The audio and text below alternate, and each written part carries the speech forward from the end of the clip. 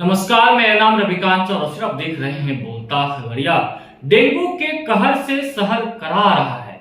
इसी बीच कुछ ऐसे जांच घर वाले हैं जो कफन में जेब तलाशने से बाज नहीं आ रहे हैं। ये मानना सिर्फ मेरा नहीं, आम जनमानस की पटल पर ये बातें सामने निकल कर आ रही है। तो वहीं खगड़िया के जिलाधिकारी डॉक्टर आलोक रंजन घोष का भी मानना है।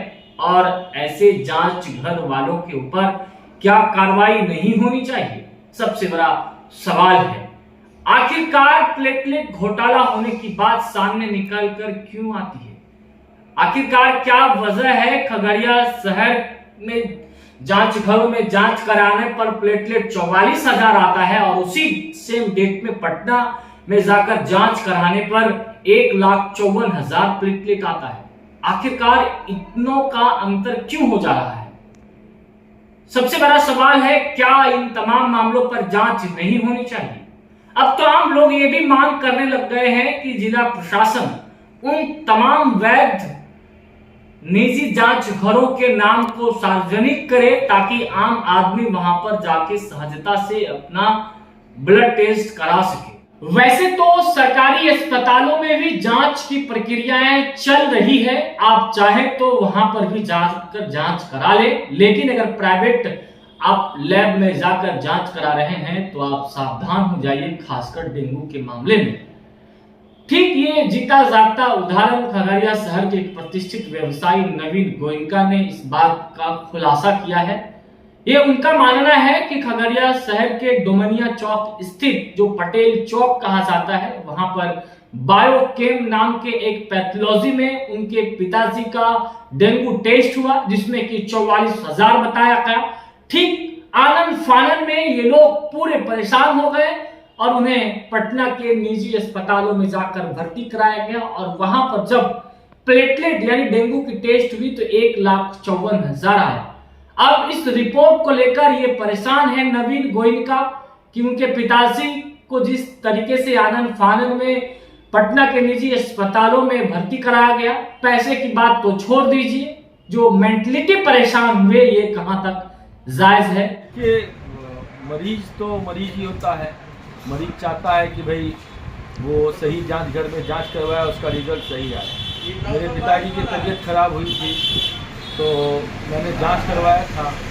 मेरे पिताजी का जो प्लेटलेट काउंट बताया गया यहाँ पर 44,000 बताया गया और काफ़ी लोग सब लोग परेशान हो गए कि भाई खगड़िया में कहाँ पे जांच कराए थे? बायोकेम कहाँ पर है ये बायोकेम? है ये आपको उस पार में डोमिनिया चौक के पास में है। ठीक है। और रिपोर्ट्स भी हैं मेरे पास, मैं आपको दिखाऊंगा।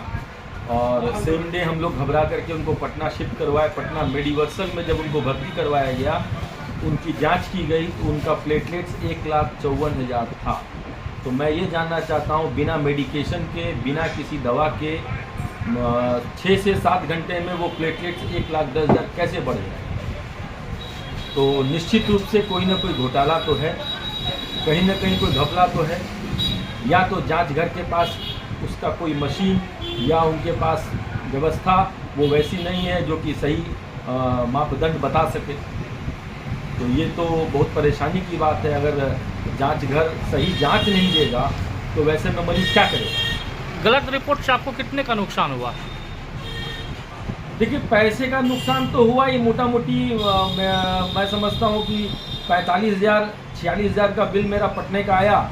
लेकिन सबसे बड़ी परेशानी मानसिक परेशानी, जो मानसिक दोहन हुआ। मरीज को जब पता चला कि उसका प्लेटलेट 44,000 गिर गया तो वो पहले कुछ ठीक था, 44,000 सुनने के बाद उनकी तबीयत और बिगड़ गई, जिसके कारण वो ये हुआ कि भाई भर रास्ते वो पैनिक होते हुए गए। क्या मांग करेंगे प्रशासन से? प्रशासन से मांग करेंगे जितने भी जांच घर हैं उनके यहाँ एक तो जो मापदंड है डेंगू जांच करने का वो सही है या गलत है उसको दिखवाया जाए, और कितने जांच घर सही हैं, ऑथेंटिक हैं, इसकी एक लिस्ट जो है, एक सूची जो है लोगों तक पहुंचाई जाए। वहीं खगड़िया शहर के प्रतिष्ठित व्यवसायी नवीन गोयनका को आपने सुना किस तरीके से उन्होंने अपनी आप बीती सुनाई।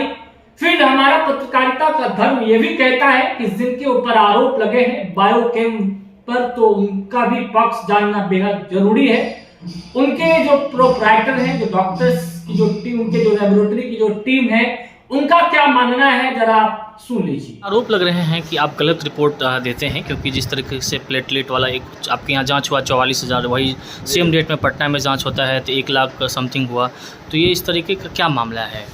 इस तरह का तो मेरे समझ से नहीं लग रहा है, थोड़ा बहुत का 10-20 का आगे पीछे हो सकता है, लेकिन बट जो मेरे पास मशीन है वो खगड़िया का वन दी बेस्ट मशीन है। 5 पार्ट्स, हर आदमी जानते हैं 5 पार्ट्स अच्छी मशीन होती है। जब उसमें साफ स्पष्ट दिख रहा है कि इसका प्लेटलेट जो है 44,000 है, WBC 2.92 है, ये साफ स्पष्ट हो रहा है सर। इसमें हम लोग क्या कर सकते हैं? मशीन इतना अच्छा है, सारा चीज़ है, रिपोर्ट बहुत अच्छा दे रहा है। एक ही इसी पेशेंट के साथ ऐसा नहीं हो सकता है। अगर मशीन में ढेर सारे लगभग 15, 20, 40 CBC हो रहा है, सब में प्लेटलेट्स अच्छा आ रहा है। जो पेशेंट जिस तरह का है उस तरह का प्लेटलेट्स आ रहा है।